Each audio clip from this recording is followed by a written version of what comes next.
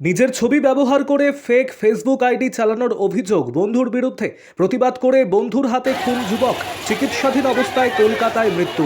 মৃতদেহ মালদহ পৌঁছতেই ব্যাপক ক্ষোভ। রাজ্য সড়কে মৃতদেহ রেখে অবরোধ, টায়ার জ্বালিয়ে বিক্ষোভ পরিবার পরিজনের। অভিযুক্ত বন্ধুসহ তার পরিবারের কঠোর শাস্তির দাবিতে ব্যাপক আন্দোলন। পরিস্থিতি সামাল দিতে পুলিশ। মালদার মানিকচকের ধরমপুর এলাকার ঘটনা। জানা গিয়েছে, মৃত যুবক মোহাম্মদ সোহেল মালদার মানিকচকের চৌকি মির্দাতপুর গ্রাম পঞ্চায়েতের সাহেবনগরের বাসিন্দা। তার ছবি ব্যবহার করে ফেক ফেসবুক আইডি চালানোর অভিযোগ ওঠে সোহেলেরই বন্ধু আমরাজের বিরুদ্ধে।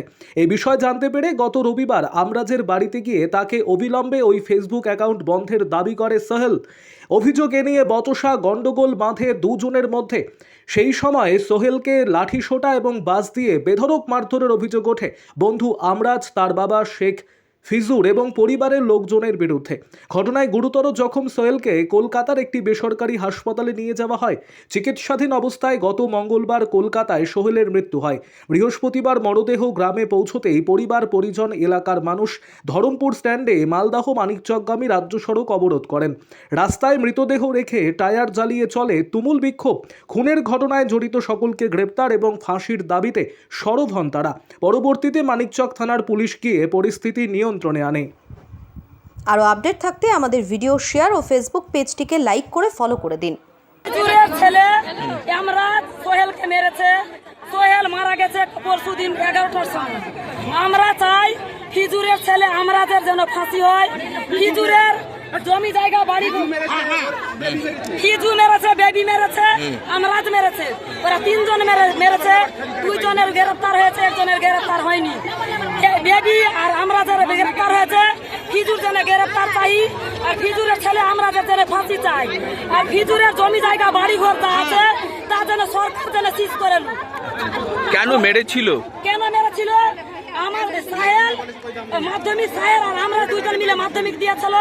সাহেলের নামের আইডি খুলে ফেসবুক থেকে মেয়ের সঙ্গে প্রেম করতো আমরাজ, এবং সাহেলকে গালাগালি করতো। এখন আপনারা বডি নিয়ে কোথায় এসছেন? আমরা ধরমপুর এসছি। কি দাবি রাখছেন? দাবি রাখছি, থানা থেকে পুলিশ এসছিল। ওদের দিক আমরাজের দিকটার কোনো লোক যায়নি কলকাতা। একজন গেছিল, উনি আরো ঘুষ দিয়ে ওই ফিরোজকে ওখান থেকে ভাগিয়ে দিয়েছে।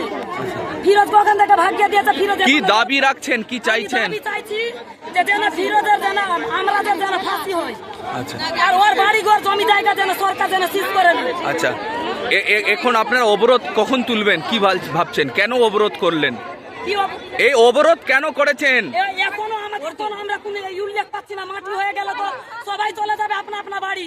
কেউ তো এটা মীমাংসা করে দিবেন। আমরা এখনই চোখ দেখে আমরা সব শাস্তি চাই। কি নাম আপনার? আমার নাম রিমা বিবি। কে হলেন? আমি ছেলেটার পিসি হলাম। মারা গেছে, বাচ্চা ছেলের মার্ডার হয়েছে। এবার স্বাভাবিক কথা যে ওর যে বাবা মা আছে, ওদের প্রচুর ডিমান্ড থাকবে, দাবি থাকবে।